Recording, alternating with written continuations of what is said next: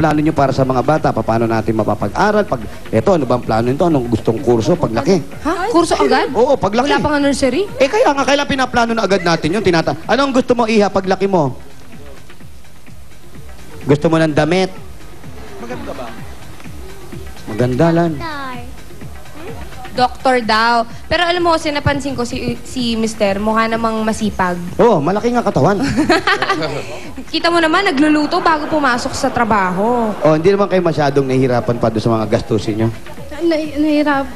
Mahirap po kung lalo na pag wala po akong tindahan ngayon. Pero okay naman po kung may tindahan, nakakaano naman po kami, nakaka-survive pang araw-araw, pamasahin niya.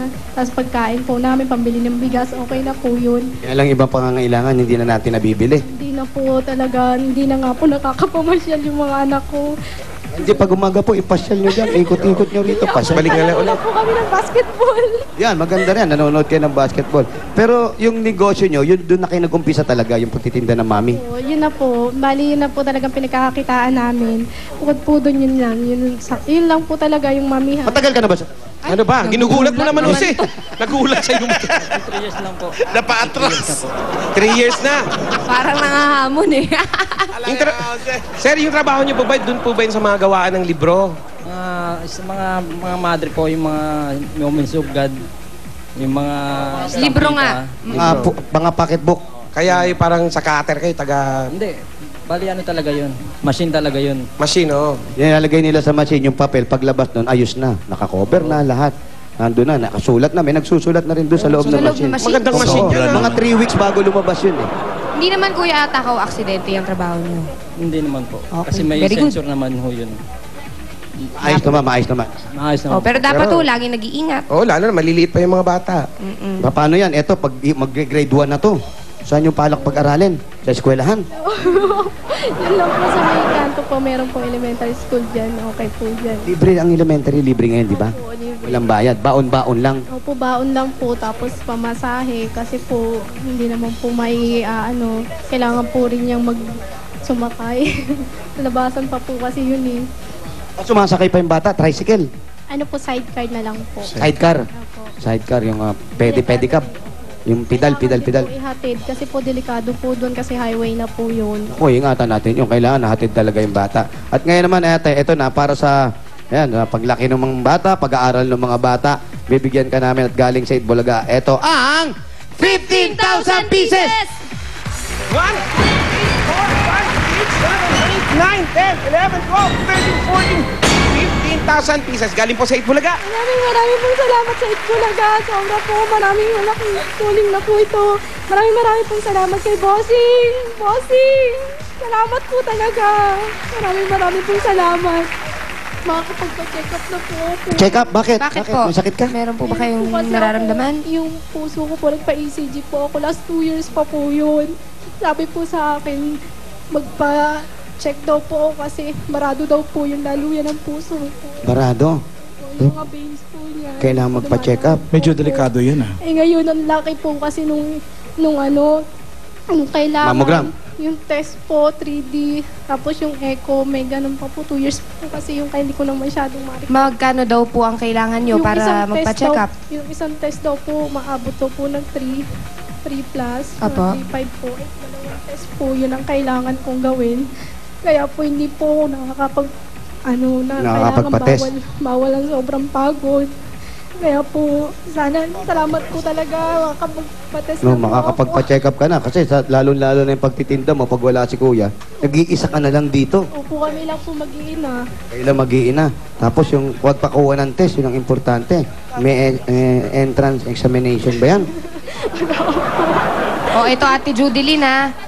Para makapagpa-check up ka na. Para siguraduhin healthy ka. Ito na ang 15,000 pieces pa! 1, 2, 3, 4, 5, 6, 7, 8, 9, 10, 11, 12, 13, 14, 15,000 pieces. Salamat na sa Itbulaga. Sobra po, thank you po talaga. Maraming po. At ito pa, magbabayad kayo sa kuryente.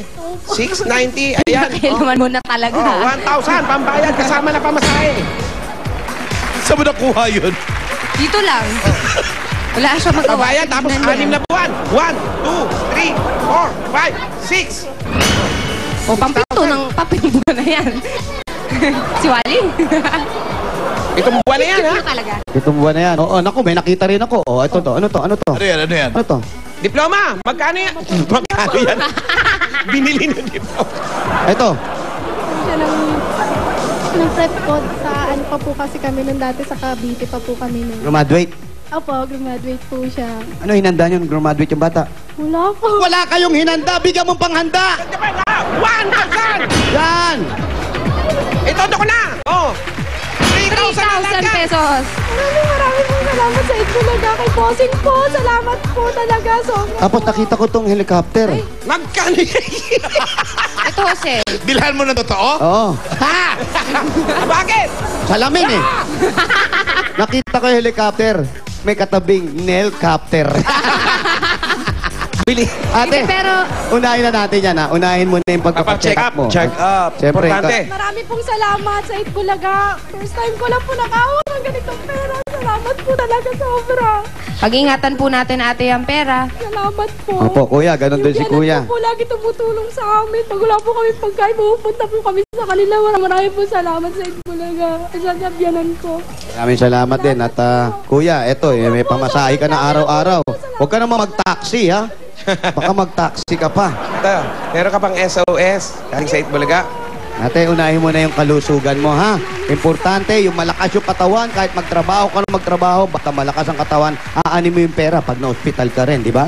Opo, maraming gagamitin ko po ito sa maayos. Maliit na negosyo, pwede ka na magtayo dyan. Total, nandito ka na sa bahay. Kahit itong mga nakuha nila sa Pure Gold, pwede lang gawing pang negosyo. Sa MSE, sa CDO. Okay. Maliit na Congratulations sana. po. Boss Alan!